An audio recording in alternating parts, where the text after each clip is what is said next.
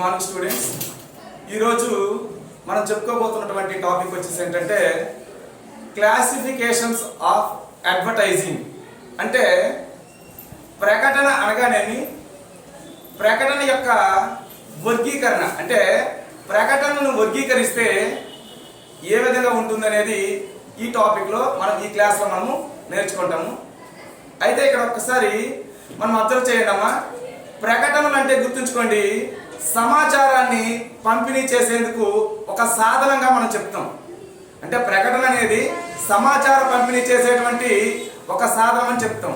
అయితే ఈ ప్రకటనలు అనేటువంటివి ఎన్ని రకాలుగా మనము వర్గీకరించవచ్చు అనేది చూస్తే, ప్రధానంగా ప్రకటనలను మనం ఇక్కడ 5 హెడ్ల రూపంలో మనము వర్గీకరించడం చూడడమా.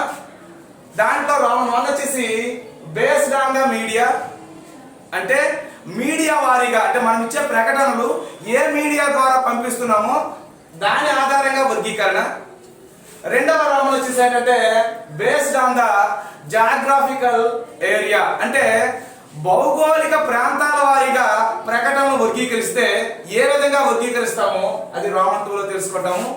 నెక్స్ట్ వన్ వచ్చేసి రోమన్ 3 చూడండి, based on the target audience, అంటే మనము ప్రకటనలు ఎవరిని ఉద్దేశించి లేదా ఏ వర్గాన్ని ఉద్దేశించి మనం ప్రకటనలు ఇస్తున్నామో దాన్ని ఆధారంగా చేసుకుని వర్గీకరిస్తే అది రోమన్ 3. రోమన్ 4 వచ్చేసి ఇక్కడ చూడండి, బేస్డ్ ఆన్ ద పర్పస్, అంటే మనం ఇచ్చే ప్రకటనలు ఏ ఉద్దేశం కోసం, ఏ ఉద్దేశం నెరవేర్చడం కోసం ప్రకటనలు అనేటువంటివి ఇవ్వబడుతున్నాయో దాన్ని ఆధారంగా చేసుకొని మన రోమన్ 4th వర్గీకరణ జరుగుతుంది. నెక్స్ట్ లాస్ట్ వర్గీకరణ చూడండి అమ్మా, ఇది అదర్ టైప్ ఆఫ్ క్లాసిఫికేషన్ అంటాము. అంటే దీని అర్థం ఏంటంటే ఇవన్నీ కాకుండా ఇతరమైనటువంటి వర్గీకరణ మనం చేస్తే ప్రకటనలు ఏ విధంగా ఉంటాయి అనేది రోమన్ 5th లో ఉంటుంది. అయితే ఇక్కడ గమనించండి, మనము ప్రకటనల వర్గీకరణ ఈ 5 రోమన్స్ లో మనం చెప్పుకున్నాము. దీంట్లో మొదటి రోమన్ ని డీటెయిల్ గా మనం ఎక్స్ప్లెయిన్ చేసుకుంటే ఇక్కడ చూడండి, బేస్డ్ ఆన్ ద మీడియా.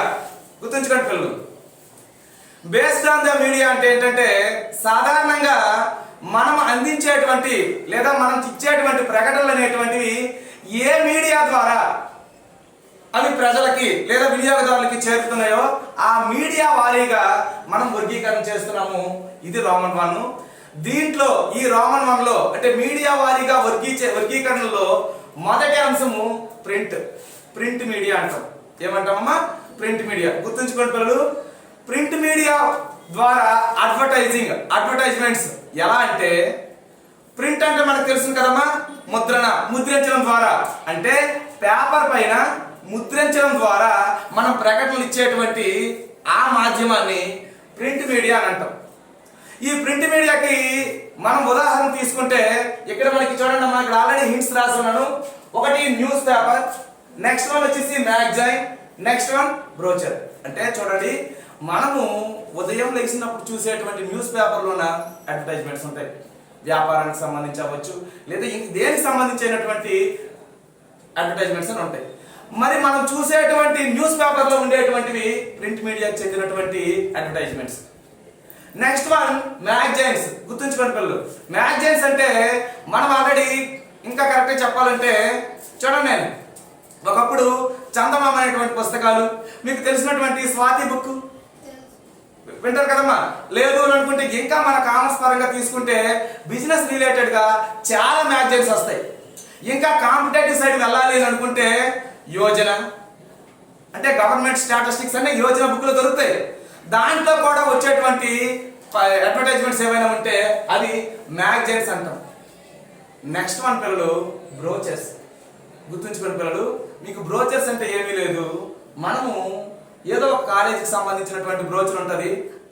ఆ బ్రోచర్ దిగువన ఈ ఏరియాలో ఉండేటువంటి షాపులు, అంటే బట్టల షాపులు, ఈ ఏరియాలో ఉండేటువంటి ఇంకో షాపులు యాడ్లు ఇచ్చుకుంటారు. చూడండి అమ్మా, బ్రోచర్ అంటే ఇక్కడ మ్యాగజైన్ కి బ్రోచర్ అనేటువంటిది చూడండి, న్యూస్ పేపర్ అనేటువంటిది మనం చదివినటువంటి వార్తాపత్రికలు. మ్యాగజైన్ అనేటువంటిది ఒక మాస పత్రిక. మాస అంటే ఒక చూడండి అమ్మా, 15 రోజులకో, లేదు అని అనుకుంటే ఒక వారం రోజులకో, లేదు అనుకుంటే ఒక నెల రోజులకో సంబంధించినటువంటి ఒక పుస్తకం వస్తుంది, అది మ్యాగజైన్. బ్రోచర్ అనేటువంటిది ఏంటంటే ఒక సంబంధిత ఇన్ఫర్మేషన్ ఒక 4-5 పేజీలు, ఒక 10 పేజీలు మినిమం, అంటే ఒక ఇన్ఫర్మేషన్ పాస్ చేసేటువంటి ఇది ఒక సాధనం. అంటే ఇక్కడ మీరు గుర్తుంచుకోవాలి, ప్రింట్ మీడియా ద్వారా ప్రకటనలు అడ్వర్టైజ్మెంట్స్ అనేది ఎలా అంటే ముద్రణ జరిగి, అంటే ముద్రించడం జరిగి అవి ప్రకటనలు ఇవ్వబడతాయి. ఇది మన మీడియా వారిలో మొదటి అంశము ప్రింట్ మీడియా. సెకండ్ వన్ చూస్తే అవుట్డోర్. చూడమ్మా, అవుట్డోర్ అడ్వర్టైజింగ్, అవుట్డోర్ అడ్వర్టైజ్మెంట్స్ అంటే గుర్తుంచుకోండి, మనము బస్సులో వెళ్తుంటాం, ట్రైన్లో వెళ్తుంటాం, మనం చూస్తాం పెద్ద హోర్డింగ్స్ కనిపిస్తుంటాయి. ఓకేనా, అక్కడ షాప్కి సంబంధించిన కానీ లేదా ఇంకా దేనికి సంబంధించిన కానీ ఇవన్నీ కూడా అవుట్డోర్ అడ్వర్టైజ్మెంట్స్ అంటాం. మీకు బెస్ట్ ఎగ్జాంపుల్ అమ్మా, టౌన్ సైడ్ చూస్తే పెద్ద పెద్ద షాపింగ్ మాల్ తాలుగా హోర్డింగ్స్ ఉంటాయి, లేదా కొత్త సినిమా రిలీజ్ అయితే దానికి సంబంధించినటువంటి హోర్డింగ్స్ ఉంటాయి. ఇవన్నీ కూడా అవుట్డోర్ అడ్వర్టైజ్మెంట్స్. మీకు కనెక్ట్ అవ్వడం కోసం ఈ ఎగ్జాంపుల్స్ ఇస్తున్నాను. అంటే అవుట్డోర్ అడ్వర్టైజ్మెంట్స్ అంటే ఏంటంటే బాహ్యంగా బహిరంగ ప్రదేశాల్లో అవి కనిపిస్తాయి. ఆ ప్రకటనలు అనేటువంటివి మనకి చూడండి కనిపిస్తుంటాయి. అయితే అవి గోడల మీద ఉండొచ్చు, లేదా డిజిటలైజేషన్ లో ఉండొచ్చు. మీకు తెలుసునో లేదో కొన్ని నైట్ టైం చూస్తే అలాంటి హోర్డింగ్స్ అన్ని ఇలాగా స్క్రోల్ అవుతుంటాయి, అవి కూడా అవుట్డోరే. అంటే టౌన్ సైడ్ మనం ఒకసారి వెళ్తే అబ్జర్వ్ చేసి ఇవన్నీ కనిపిస్తాయి. ఒక్కటి కూడా మన అందుబాటులో లేకపోయినప్పటికీ అవన్నీ మన కళ్ళ ముందు ఉన్నటువంటి టాపిక్స్. అయితే అవుట్డోర్ అడ్వర్టైజ్మెంట్స్ లో మొదటి అంశము చూడండి బిల్ బోర్డు. గుర్తుంచుకుంటారు, బిల్ బోర్డు అంటే ఏంటంటే ఏదైనా ప్రకటనలకు సంబంధించినటువంటి సమాచారాన్ని ఒక బోర్డు రూపంలో లేదా ఒక హోర్డింగ్స్ రూపంలో ప్రదర్శించడము, చెప్పడమే బిల్ బోర్డు అంటాము. ఇది మొదటి హింట్, అంటే ఈ అవుట్డోర్ లో మొదటి హింట్ అన్నమాట. నెక్స్ట్ వన్ చూస్తే ట్రేడ్ షోస్. ట్రేడ్ షోస్ ని తెలుగులో వర్తక ప్రదర్శనలు అంటాం. ఓకే పిల్లలు చూడండి, ఇది కూడా ఒక రకమైనటువంటి అడ్వర్టైజ్మెంట్స్ కదా. మీకు తెలుసా లేదో, కొన్ని సంవత్సరాల క్రిందట, అంటే మేము డిగ్రీ చదువుకునేటప్పుడు అనుకుంటాను, థమ్స్ అప్ ఇండియాలోకి వచ్చి 25 years అయింది. అయితే టెక్కల్లోనే ఏంటంటే మంచి డ్యాన్స్ కాంపిటీషన్ లాగా కండక్ట్ చేశారు. ఆ డ్యాన్స్ కంటిన్యూ అవుతుంది, మధ్య మధ్యలో 25 అంటే వజ్రోత్సవ శుభాకాంక్షలు అని చెప్పేసి ఇక ఏమంటే థమ్స్ అప్ కోసం యాడ్ చెప్తుంటారు. అంటే చూడండి, అక్కడ జరిగేటువంటిది ప్రదర్శన. ఆ ప్రదర్శన దేనికి సంబంధించింది అని అంటే వ్యాపారం కావచ్చు, ఇంకా దేనికైనా అవ్వచ్చు. అవన్నీ కూడా అవుట్డోర్ అడ్వర్టైజ్మెంట్స్ కనుక వచ్చేస్తాయి. లాస్ట్ వన్ ఈవెంట్స్ అంటే గుర్తుంచుకోండి పిల్లలు, ఇవి కూడా ఏంటంటే ప్రకటనలు ఇచ్చే నిమిత్తమే కొన్ని కండక్ట్ చేస్తారు. కొన్ని గేమ్స్ కానీ, కొన్ని క్విజులు కానీ, లేదా కొన్ని సాంగ్స్ కానీ, అంటే కొన్ని సంఘటనలు అనేటువంటివి ప్రకటనల నిమిత్తమే జరుగుతాయి. లేదా ఆ సంఘటనలో ప్రకటనలు ఉండొచ్చు, ఆ సంఘటనలోనైనా ప్రకటనలు ఉండొచ్చు. ఇది అవుట్డోర్ సంబంధించినటువంటి అడ్వర్టైజింగ్ కి మనం చెప్పుకునేటువంటి వర్గీకరణ. మరి బేస్డ్ ఆన్ ద మీడియాలో లాస్ట్ వర్గీకరణ, దీంట్లో వర్గీకరించినటువంటి లాస్ట్ అంశము చూడండి, బ్రాడ్కాస్ట్. బ్రాడ్కాస్ట్ అంటే గుర్తుంచుకోండి పిల్లలు, ప్రసారం చేయటం, లైవ్ టెలికాస్ట్ లేదా జరిగిపోయింది చూపించడం, దీన్ని బ్రాడ్కాస్ట్ అడ్వర్టైజ్మెంట్స్ అంటాం. ఇది మన రియల్ లైఫ్ లో ప్రత్యక్షంగా మనం చూస్తున్నటువంటివి. టీవీ చూస్తాం కదమ్మా, టీవీలో యాడ్స్ వస్తుంటాయి, లలిత జ్యువెలరీ అని చెప్పేసి, లేదా ఏదో షాపింగ్ మాల్ అనుకుని వస్తుంటాయి. ఇవన్నీ కూడా మనము చూసేటువంటి ప్రసార మాధ్యమాల్లో ఉపయోగించేటువంటి అడ్వర్టైజ్మెంట్స్. అదే బ్రాడ్కాస్ట్ అడ్వర్టైజ్మెంట్స్ అనేటువంటిది మీడియా వారీగా చూడండి, మీడియా వారీగా మనం చూస్తే బ్రాడ్కాస్టింగ్ లో first one television, next one radio. ఇక్కడ తక్కువ కానీ మన ఏరియాలో తక్కువ కానీ, టౌన్ సైడ్ చూస్తే ఎఫ్ఎం రేడియోస్ ఉంటాయి. ఏముంటాయి? FM radio. అక్కడ 24 hours కూడా ఏంటంటే సాంగ్స్ వస్తుంటాయి. ఆ సాంగ్స్ మధ్యలో కానీ, సాంగ్ కి మధ్యలో కానీ వాళ్ళు అడ్వర్టైజ్మెంట్స్. అంటే టౌన్ లో పబ్లిసిటీ అంతా కూడా ఎక్కువగా దీనికి ఇంపార్టెన్స్ ఇస్తారు, రేడియోకి. అర్థమవుతుంది కదమ్మా? అంటే రేడియోకి ఇంపార్టెన్స్ ఇవ్వడానికి కారణం కూడా గుర్తుంచుకోండి, అతి తక్కువ డబ్బులకి మనం పబ్లిసిటీ చేసుకునేటువంటి సౌలభ్యం ఉంటుంది. ఇది కూడా బ్రాడ్కాస్ట్ అంటే చూడండి, ఆ ప్రోగ్రామ్ జరుగుతున్నప్పుడే ఆ అడ్వర్టైజ్మెంట్ అనేది రన్ అవుతుంది. ఓకేనమ్మా, ఇది బ్రాడ్కాస్టింగ్ సంబంధించినటువంటి అడ్వర్టైజ్మెంట్స్ అంటాం. దీంట్లో last one internet or net. Internet లో మనం చూస్తే కొన్ని లైవ్ షోస్ కానీ లైవ్ కానీ సంబంధించినటువంటివి అవి కూడా అడ్వర్టైజ్మెంట్స్. మనం ఏది క్లిక్ చేసినా అడ్వర్టైజ్మెంట్ రాకుండా ఏం రాదు. ఈవెన్ మనం యూట్యూబ్ కానీ క్లిక్ చేసినా కానీ దాంట్లో ఏవో కొన్ని అడ్వర్టైజ్మెంట్స్ వస్తాయో లేవమ్మా. అలా అడ్వర్టైజ్మెంట్స్ అనేటువంటివి ఆన్లైన్ అదే నెట్ ద్వారా కూడా చాలా ఎక్కువ వస్తాయి. అయితే ఇక్కడ చూడండి పిల్లలు, ఇప్పటి వరకు మనం చెప్పుకున్నటువంటివి మీడియా ద్వారా అంటే మనం పంపించేటువంటి ప్రకటనలు ఏ మాధ్యమం ద్వారా వెళ్తున్నాయో వాటి వారీగా వర్గీకరిస్తే ప్రధానంగా 3 రకాలు. ఒకటి print, next one outdoor, next one వచ్చేసి ఏంటంటే broadcast. Print, outdoor and broadcast, ఈ 3 రకాల వర్గీకరణ on the basis of media. Okay, next one చూస్తే మన రెండో రకమైనటువంటి వర్గీకరణ రోమన్ 2 లో ఒకసారి పరిశీలించండి అమ్మా. చూడండి, based on the geographical area అన్నాడు. అంటే దీని అర్థం ఏంటంటే జాగ్రఫికల్ ఏరియా అంటే భౌగోళికమైనటువంటి ప్రాంతాల వారీగా ప్రకటనలు ఇవ్వడం. భౌగోళిక ప్రాంతాల వారీగా ప్రకటనలు ఉండడం. మరి ఎలా ఉంటాయి ఒక్కసారి వాటిని పరిశీలన చేస్తే ఒకసారి చూడండి పిల్లలు.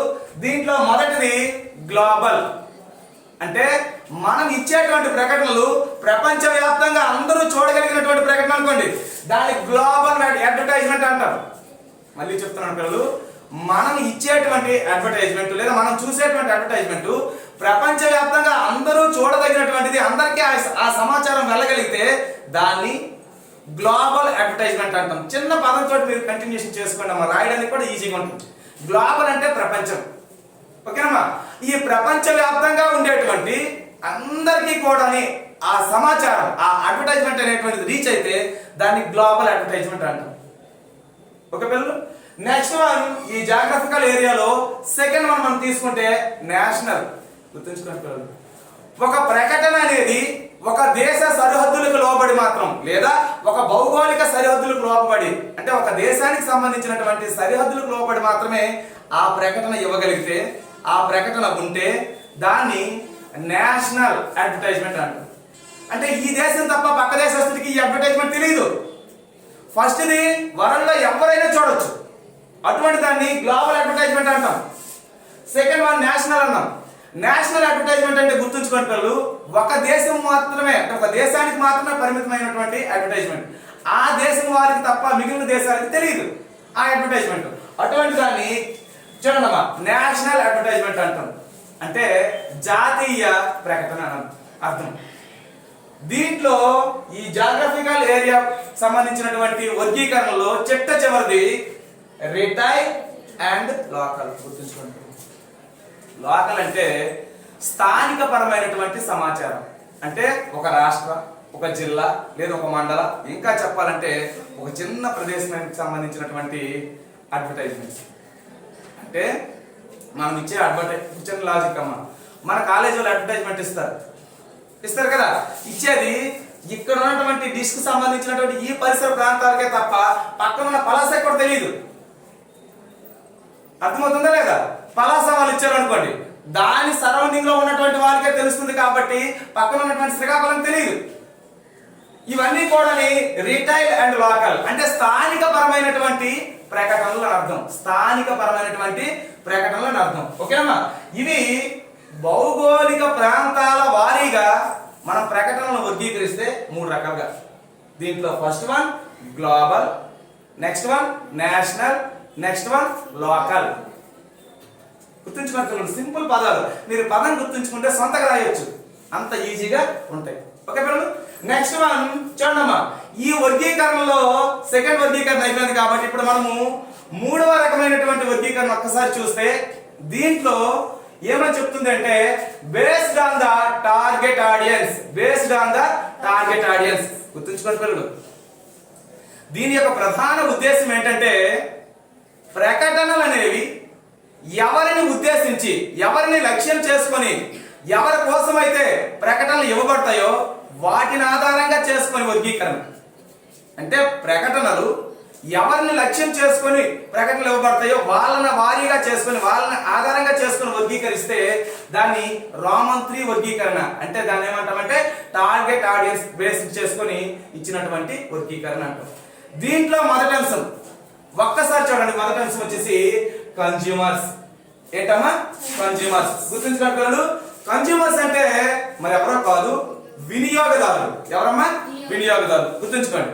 అయితే మనం ఇచ్చేటువంటి ప్రకటనలు ఎవరైతే వస్తువుల్ని కొని ఉపయోగించుకునే వాళ్ళు ఉంటారో వాళ్ళని ఆధారంగా చేసుకొని, వాళ్ళని లక్ష్యంగా చేసుకొని మనం ప్రకటనలు ఇస్తే దాన్ని కన్జ్యూమర్ బేస్డ్ అడ్వర్టైజ్మెంట్ అంటాం. అంటే వినియోగదారుడు లక్ష్యం చేసుకునే ప్రకటన ఇవ్వడం, దాన్ని కన్జ్యూమర్ బేస్ చేసుకునేటువంటి అడ్వర్టైజ్మెంట్ అంటాం. మరి మన దీంట్లో సెకండ్ వన్ తీసుకుంటే బిజినెస్ టు బిజినెస్. పిల్లలు వినండి, ఫస్ట్ ఇది చెప్పాను, ఎవరైతే వస్తువులు సేవలు కొని ఉపయోగించుకునేటువంటి వ్యక్తులు ఉంటారో వాళ్ళకి ప్రకటన ఇవ్వడం, వాళ్ళకి అడ్వర్టైజ్మెంట్ ఇవ్వడం.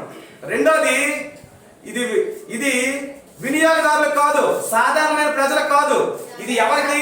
ఒక వ్యాపార సంస్థ ఇంకొక వ్యాపార సంస్థకి, ఒక వ్యాపార సంస్థ ఇంకొక వ్యాపార సంస్థకి ఇచ్చేటువంటి ప్రకటనలు. దీన్ని బిజినెస్ టు బిజినెస్ అడ్వర్టైజ్మెంట్స్ అంటాం. అంటే ఈ అడ్వర్టైజ్మెంట్ ఒక వ్యాపార సంస్థ చూడమ్మా సొసైటీలో ఉండేటువంటి ఇతర వ్యాపార సంస్థలకై ఇచ్చినటువంటి అడ్వర్టైజ్మెంట్. అంటే బెస్ట్ ఎగ్జాంపుల్ చెప్తాను చూడండి అమ్మా. కొన్ని సంస్థలు కొన్ని రకాల వస్తువులు తయారు చేస్తాయి. ఆ తయారు చేసినటువంటి వస్తువులు అవి ఇంకొక సంస్థలకి రా మెటీరియల్ అవుతుంది. ఖచ్చితంగా వీడు తయారు చేసింది ఆ సంస్థల కోసం, ప్రజలకు కాదు. వీడి దగ్గర నుంచి ఆ సంస్థ కొనుక్కుంటుంది, అది ఇంకేమో తయారు చేస్తుంది, అది ప్రజలకు అమ్ముతుంది. అంటే ఇక్కడ జరిగేది బిజినెస్ టు బిజినెస్ అడ్వర్టైజ్మెంట్స్ ఉంటుంది. అంటే వ్యాపార సంస్థలను ఉద్దేశించి ప్రకటన ఇవ్వడమే బిజినెస్ టు బిజినెస్ అని చెప్తాం. నెక్స్ట్ వన్ చూడండి పిల్లలు, నెక్స్ట్ వన్ ప్రొఫెషనల్స్. ఇది మనకు అందరికీ తెలిసిందే. దీని అర్థం ఏంటంటే కొంతమంది వృత్తుల వాళ్ళ అవసరాల నిమిత్తం ఇచ్చేటువంటి ప్రకటనలు. ఓకేనమ్మా? వృత్తులు అంటే జనరల్ గా తీసుకుంటే చూడండి, డాక్టర్లు, ఇంజనీర్లు. అర్థమవుతుందమ్మా? ఇంకా మనం ఏమైనా చెప్పుకోవచ్చు. వాళ్ళకి సంబంధించినటువంటి అడ్వర్టైజ్మెంట్స్, పలానా వస్తువులు ఇక్కడ దొరుకుతాయి. డాక్టర్లు వాళ్ళకి అవసరమైనది వాళ్ళు తీసుకుంటారు, ఇంజనీర్లు వాళ్ళకి అవసరమైనటువంటి వాళ్ళు తీసుకుంటారు, టీచర్లు వాళ్ళకి అవసరమైనటువంటి వాళ్ళు తీసుకుంటారు, లాయర్లు వాళ్ళకి అవసరమైనటువంటి వాళ్ళు తీసుకుంటారు. అంటే ఎవరికి అవసరాల పరంగా ఇక్కడ మీకు జరిగింది, ఇక్కడ చెప్పింది ఏంటంటే ప్రొఫెషనల్స్ అంటే వృత్తిపరమైనటువంటి వ్యక్తులు ఎవరైతే ఉంటారో వృత్తుల వారు. అర్థమవుతుందమ్మా? వాళ్ళను ఉద్దేశించే ఈ ప్రకటనలు అనేటువంటివి ఇవ్వబడతాయి. అటువంటి సందర్భంలో ఆ ప్రకటనలకి వాళ్ళే రెస్పాండ్ అవుతారు, వాళ్ళే కొనుక్కుంటారు. అంటే వాళ్ళను ఉద్దేశించే ఎవరైతే ప్రొఫెషనల్స్ ఉంటారో వాళ్ళను ఉద్దేశించే ఒక ప్రకటన ఇస్తే దాన్ని బేస్డ్ ఆన్ ప్రొఫెషనల్స్ అని అంటాం. అంటే మన అడ్వర్టైజ్మెంట్ అనేది దేని మీద ఆధారపడి ఇవ్వబడుతుంది? ప్రొఫెషనల్స్ మీద ఆధారపడి ఇవ్వబడుతుంది. ఇది మన నెక్స్ట్ వర్గీకరణ. నెక్స్ట్ అమ్మా ట్రేడ్. గుర్తుంచుకుంటారు, ఎవరైతే వ్యాపారం చేస్తారో ఆ వ్యాపారస్తులు, వ్యాపార సంస్థలు ఉద్దేశించి మాత్రమే ప్రకటనలు ఇవ్వడమే మనము ట్రేడ్ అడ్వర్టైజ్మెంట్ అంటాం. ట్రేడ్ అడ్వర్టైజ్మెంట్ అంటే గుర్తుంచుకున్న పిల్లలు వ్యాపారానికి సంబంధించిన వ్యాపార సంస్థలు ఇచ్చినటువంటి అడ్వర్టైజ్మెంట్సే మన ట్రేడ్ అడ్వర్టైజ్మెంట్స్ అంటాం. ఓకే పిల్లలు? నెక్స్ట్ వన్ చూడండి, ఇండస్ట్రియల్ అడ్వర్టైజ్మెంట్స్. గుర్తుంచుకోండి అమ్మా, ఈ అడ్వర్టైజ్మెంట్స్ అనేటువంటివి పారిశ్రామిక సంస్థలు ఏవైతే ఉంటాయో ఆ సంస్థలను ఉద్దేశించే. మళ్ళీ చెప్తున్నానమ్మా, ఇండస్ట్రియల్ అడ్వర్టైజ్మెంట్ అంటే ఏంటంటే పారిశ్రామిక సంస్థలు, అంటే పరిశ్రమలు ఉంటాయి కదమ్మా, ఆ పరిశ్రమలను లక్ష్యం చేసుకుని ఆ పరిశ్రమలను ఉద్దేశించి ప్రకటనిస్తారు. అంటే మీ పరిశ్రమలకు అవసరమైనటువంటి ముడి పదార్థాలు నా దగ్గర దొరుకుతాయి అని చెప్పేసి ఒక ప్రకటన ఇస్తాడు. అప్పుడు ఆ పరిశ్రమల వాళ్ళు ఆ ప్రకటన చూసి అవి కొనుక్కొని వీళ్ళు ఉపయోగించుకుంటారు. అంటే పరిశ్రమలను ఉద్దేశించి ప్రకటనలు ఇస్తే దాన్ని ఇండస్ట్రియల్ అడ్వర్టైజ్మెంట్ అని అంటారు. మరి మన టార్గెట్ ఆడియన్స్ వారీగా మనం విభజన చేసుకుంటే మన చిట్ట చివరి వర్గీకరణ చూస్తే అగ్రికల్చరల్. ఏంటమ్మా? అగ్రికల్చరల్. గుర్తుంచుకోండి పిల్లలు, మనకి టీవీలో కానీ పేపర్లో కానీ వచ్చినటువంటి చాలా వరకు అడ్వర్టైజ్మెంట్స్ అగ్రికల్చర్ డిపెండ్ అయ్యి ఉంటాయి. అంటే వ్యవసాయదారులకు కానీ వ్యవసాయానికి సంబంధించి కానీ వ్యవసాయ ఉత్పత్తులకు సంబంధించిన కానీ ఈ అడ్వర్టైజ్మెంట్స్ ప్రకటనలు అనేటువంటివి ఉంటాయి. అమ్మా జనరల్ గా చూస్తే మన సీజన్ ప్రకారం ఆలోచిస్తే పంటలు వేసేటప్పుడు అక్కడ యూరియా, డిఏపి ఇవన్నీ వేస్తారు కదమ్మా. ఇవి వేసేటప్పుడు వీటికి సంబంధించినటువంటి కంపెనీలు ప్రకటనలు ఇస్తే ఆ ప్రకటనలు వ్యవసాయ సంబంధిత ప్రకటనలు, అగ్రికల్చర్ బేస్ చేసుకుని ఇచ్చేటువంటి ప్రకటనలు అంటారు. ఓకే పిల్లలు, ఇప్పుడు మన రాంగ్ ఫోర్త్ చెప్పుకుంటాం. చూడండి, అంటే రామన్ 3కి వచ్చేసి మనం కంప్లీట్ చేసుకున్నామమ్మా. అంటే ఆ రామన్ 3 ఏంటి ఒకసారి చూడండి. ఒకటి, వినియోగదారులనే ఆధారంగా చేసుకొని ప్రకటన ఇవ్వడము, వ్యాపార సంస్థల్ని ఉద్దేశించి ప్రకటనలు ఇవ్వడము, నెక్స్ట్ ప్రొఫెషనల్స్ ని ఉద్దేశించి ప్రకటన ఇవ్వడము, నెక్స్ట్ వన్ వ్యాపార సంస్థలు లేదా వర్తకానికి సంబంధించి ప్రకటన ఇవ్వడము, లేదా పారిశ్రామిక సంస్థలను ఉద్దేశించి ప్రకటనలు ఇవ్వడము, వ్యవసాయ సంబంధిత ప్రకటనలు ఇవ్వడం. ఇవి టార్గెట్ ఆడియన్స్ వారీగా మనం ఇచ్చేటువంటి ప్రకటనల్లో మన వర్గీకరణ. మరి మన 4th రోమన్ చూస్తే ఒకసారి అబ్జర్వ్ చేస్తే బేస్డ్ ఆన్ ద పర్పస్. గుర్తుంచుకోండి పిల్లలు, బేస్డ్ ఆన్ ద పర్పస్ అంటే మరేమి కాదు, సాధారణంగా వ్యాపార సంస్థలు ఇచ్చేటువంటి ప్రకటనలు ఏవో కొన్ని లక్ష్యాలు, కొన్ని ఉద్దేశాలను చేరుకోవడానికి, కొన్ని లక్ష్యాలను చేరుకోవడానికే ప్రకటనలు ఇస్తారు. అమ్మ ఒక విషయము, ఒక ప్రకటన ఇచ్చామంటే ఖచ్చితంగా దానికి ఏదో ఒక టార్గెట్ ఉంటుంది కదా. ఏమీ లేదు, ఈరోజు మన ఊర్లో శివాలయం ఓపెనింగ్ అయింది, పేపర్లో ప్రకటన వేసాం. ఎందుకు? భక్తులందరూ వచ్చి మన శివాలయాన్ని సందర్శించుకోవాలి. చెప్పింది అర్థమవుతుందమ్మా? లేదు, ఇక్కడ మనము ఒక షాప్ ఓపెన్ చేసాం, ఈ షాప్ కు సంబంధించి ప్రకటన ఇచ్చాం. అంటే ఏంటి? ఎవరైతే కస్టమర్స్ అవుతారో వాళ్ళందరూ కూడా మన షాప్ రావాలని, అంటే ఒక లక్ష్యాన్ని చేరుకోవడం కోసం మాత్రమే ప్రకటనలు అనేటువంటివి ఇవ్వబడతాయి. మరి ఇక్కడ మనం ఇచ్చేటువంటి ప్రకటన ఏ ఉద్దేశం కోసం, ఏ లక్ష్యం చేరుకోవడం కోసం ఇస్తున్నాం అనేది వాటి ఆధారంగా ఈ వర్గీకరణ. దీంట్లో first one product or non product. గుర్తుంచుకుంటుంది, అంటే వస్తువులకి లేదా సేవలకి లేదా వస్తువేతర అంశాలకి సంబంధించినటువంటి ప్రకటనలు. అంటే వస్తువు ఉత్పత్తులకు కానీ వస్తువులకు కానీ సంబంధించినటువంటి ప్రకటనలు ఏవైనా ఉంటే దాన్ని product or non product advertisements అంటాం. అంటే వస్తువులకు సంబంధించవచ్చు, వస్తువుల ఉత్పత్తికి సంబంధించవచ్చు, లేదా వస్తువులు కాని వాటి కోసం ఇవ్వచ్చు, లేదా ఉత్పత్తేతరమైనటువంటి అంశాలకు సంబంధించినటువంటి ప్రకటనలు ఇవ్వచ్చు. అవి product or non product advertisements అంటాం. నెక్స్ట్ మనం చూస్తే కమర్షియల్ ఆర్ నాన్ కమర్షియల్. గుర్తుంచుకోండి పిల్లలు, వ్యాపార రీత్యా ఇచ్చేటువంటి ప్రకటనలు కమర్షియల్, వ్యాపారం కోసం కాదు, లాభం కోసం కాదు, సమాజ సేవ కోసం అటువంటి ప్రకటనల్ని నాన్ కమర్షియల్ అంటాం. అంటే వ్యాపారం కోసం ఇచ్చేటువంటివి కమర్షియల్, వ్యాపారానికి కానటువంటివి నాన్ కమర్షియల్ అని అంటాం. అటువంటి అడ్వర్టైజ్మెంట్స్ ని commercial and non commercial advertisements అని అంటాం. నెక్స్ట్ వన్ చూస్తే ప్రైమరీ డిమాండ్. గుర్తుంచుకోండి పిల్లలు, ఈ అడ్వర్టైజ్మెంట్ అనేటువంటివి మార్కెట్లో అటువంటి అవసరాలు అసలు ఉండవు, అటువంటి వస్తువులు రాలేదు. ఫస్ట్ టైం ఒక నూతన వస్తువులు మార్కెట్లోకి వచ్చాయి.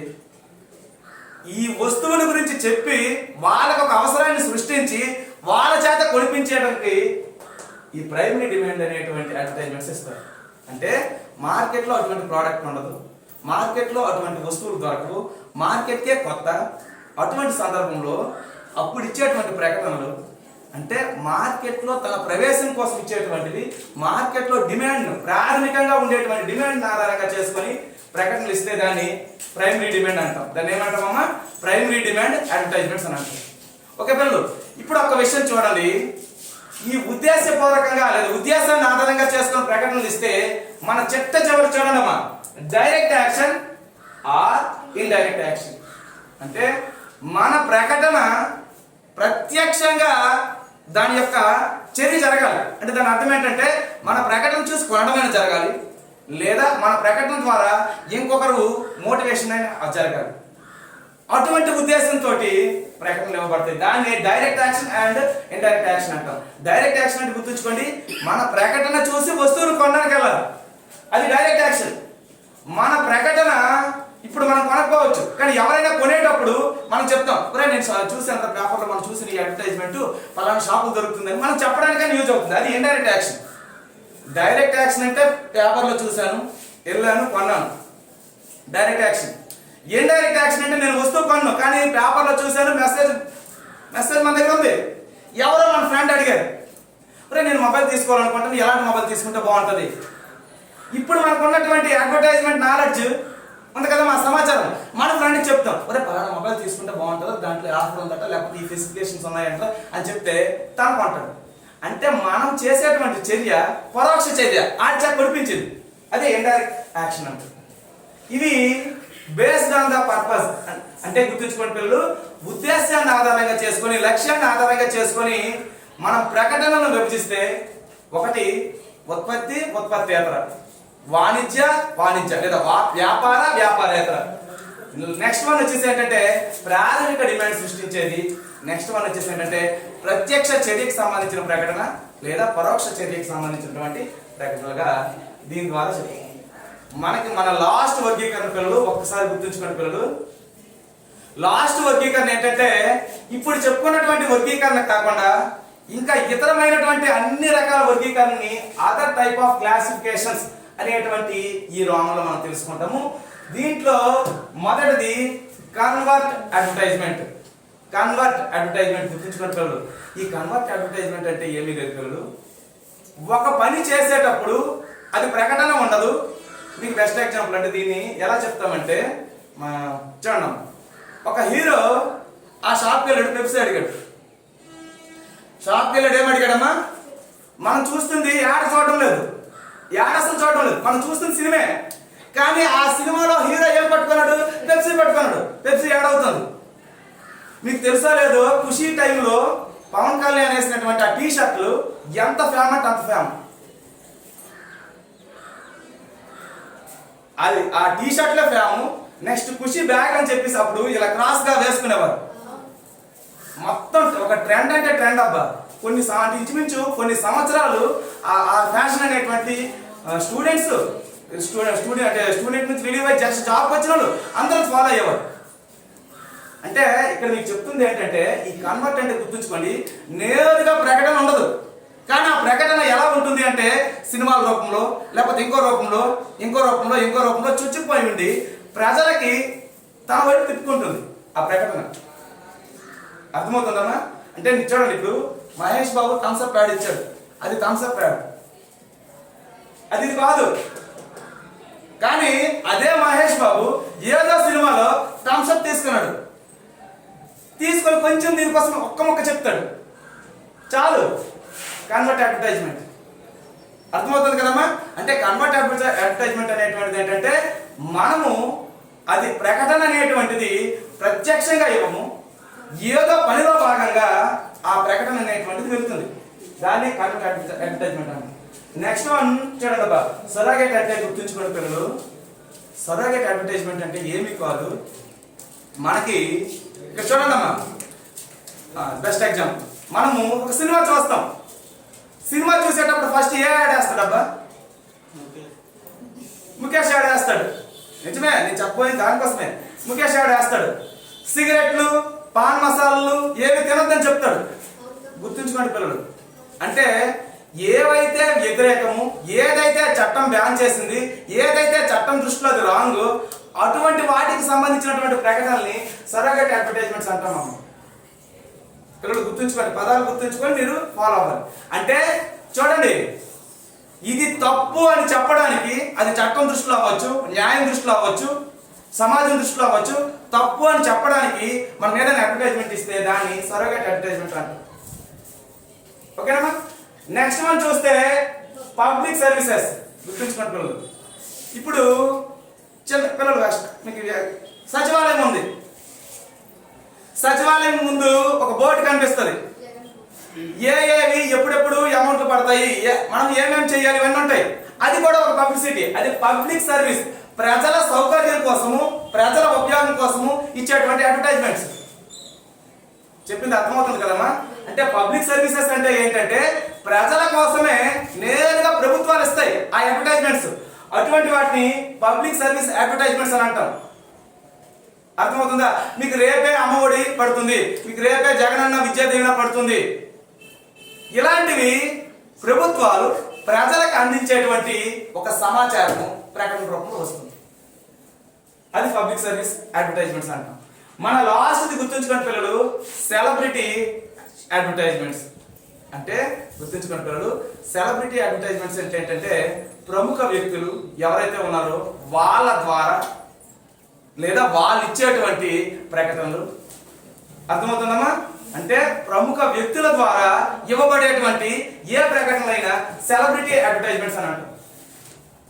వాళ్ళ మాట అవ్వచ్చు, వాళ్ళకి సంబంధించినటువంటి చర్యలు అవ్వచ్చు, లేదా వాళ్ళకి సంబంధించినటువంటి వీడియో అవ్వచ్చు, లేదా వాళ్ళ సమాచారం అవ్వచ్చు, ఏదైనా అవ్వచ్చు, అదంతా కూడా సెలబ్రిటీ అడ్వర్టైజ్మెంట్స్ అని అంటారు. అంటే ఒక్కసారి పిల్లలు ఒక 2 minutes క్లోజ్ చేసేస్తాను, వినండి అమ్మా. మనము ఇప్పటి వరకు మనం చెప్పుకుంటున్నటువంటిది చూడండి అమ్మా, చెప్పుకుంటున్నటువంటిది క్లాసిఫికేషన్ ఆఫ్ అడ్వర్టైజింగ్. అంటే అడ్వర్టైజింగ్ అంటే ప్రకటనలని, క్లాసిఫికేషన్ అంటే వర్గీకరించడం, విభజన చేస్తున్నాం.